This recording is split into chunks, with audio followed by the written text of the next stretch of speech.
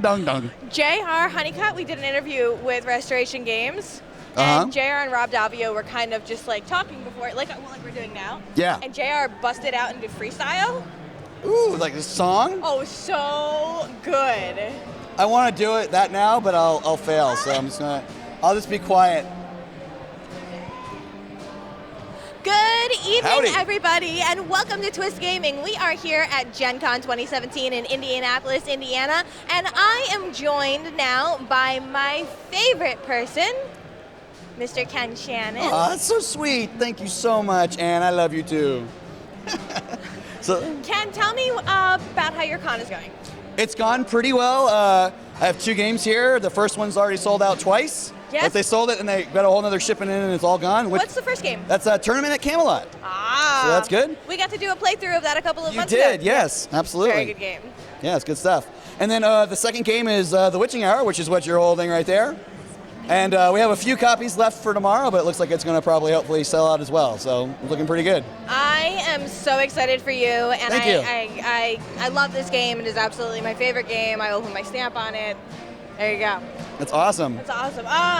So you got a couple more copies of The Witching Hour available. Yeah. For those of our audience who have not seen either the Camelot or the Witching Hour stream, can you give me a brief breakdown of what those games are? Sure. So Tournament at Camelot is a trick-taking game for anywhere from 2 to 6 players. It plays in about 45 minutes. And what makes it special is it's kind of it's really mean. But what happens is the worse off you're doing in the game, the more it tries to help. Think socialism in gaming. Okay. Basically, that's the basic of that. And then Witching Hour is a cooperative game for 3 to 6 players where everything you do to help yourself hurts the person to your left. A lot. It's really hard to win. But one thing that's neat about it is it's got this simultaneous play feature, and that allows no one to be an alpha player. Yeah. So everybody has to figure out what they're doing for themselves. But since you're worried about what you're doing to other players, it's not like you're just playing your own game. Right. Everybody has to kind of think about what's going on across the table. So it's got a unique experience, I think, for people. Awesome. What are the price points for the games? So Witching Hour is $60, and Tournament is $25. And it's probably a good bet that these will be sold out by the time the video goes up. Where do people go to get the games? So Witching Hour is at Gen Con, and then I think it comes out late September, early October, around the time for Halloween, because it's a witching game. And then Tournament is currently, I believe it's still available on Amazon if it hasn't sold out yet. I believe they said they're going to do another printing. Don't quote me on that. Don't kill me, Justin or Zeb, if you don't. But if they do, then I have no idea how long it will be. Probably a few months before it comes in. Fair enough. Do you have any other projects in the works? Yes. I have a very large project I can't talk too much about, but it also is with Wiz Kids. Okay. And it's just a very large, expansive game with some New York Times best-selling authors, Richard Lee Byers and Ed Greenwood. Very also Steve Avery, who's a great guy.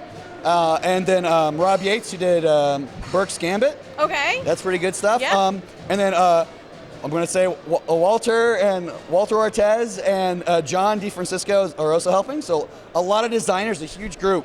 That sounds like a really big project. It is. It's huge. Joe Neil Santero, you can see his art is amazing. Yes. He's doing the art for that game too. But another game which I think is fun because you have a copy of it is called Handmaiden. It just got sold to also to Wiz Kids, and that game is all able to be played in your hand. And as you or actually I think it got to Nicole first. Yeah. But basically the game can be played in your hand, and it's like a dungeon in your hand. You can put away and put back, pull out. Oh. And you're actually a maiden who's sick of being set up at the tower, so you're going to go save everyone else. It inverts it all, and it takes all the classical feminine things and makes them positive. So like you use your high heels to do things, but you can also pick up a broadsword. So it's kind of embracing that kind of positive feminine feel. I absolutely, and we talked about this during the stream, I absolutely love all the things that you're doing for female representation in gaming, and I really appreciate it. It's one of the things that I really like about the Witching Hour, and it's not what I like most about how you approach that as a designer is that you're not pasting on some things about being really powerful women in gaming. You are making a great game, and it just so happens to be a lot of female characters. Right, I'm hoping. in the game, which I feel is such a great way to represent us. It's not It's not like pushing it, you know. It's just because it feels very natural. I appreciate that. It's a goal because I enjoy it, right? I got a wife as an engineer and a gamer, a daughter. I mean, all my friends. I would expect nothing less than want everybody having a good experience, and I think that's a place that we don't have enough of it yet. No, we don't have enough of it yet. No. But I think it's really good. I am going to set this game down because I want to just make the point that this $60 game is full of a lot of stuff. It's it really, is really so big. heavy. You are really getting a really great value. If you don't like it, you can use it to slam someone else over and knock them out, kill them. Use it to nail things into walls. You LARP with the game box after you beat the game. That's right, bam. Awesome. Ken, is there anything else that you'd like to make sure our audience knows? Let me think. Yeah, I'd actually like to bring up a game that isn't with Wiz Kids called Etten. That's going to be coming out with Quick, Simple Fun. Okay. And it's this is crazy. It can play up to like even 100 players simultaneously, and the entire game can be played in under 45 minutes.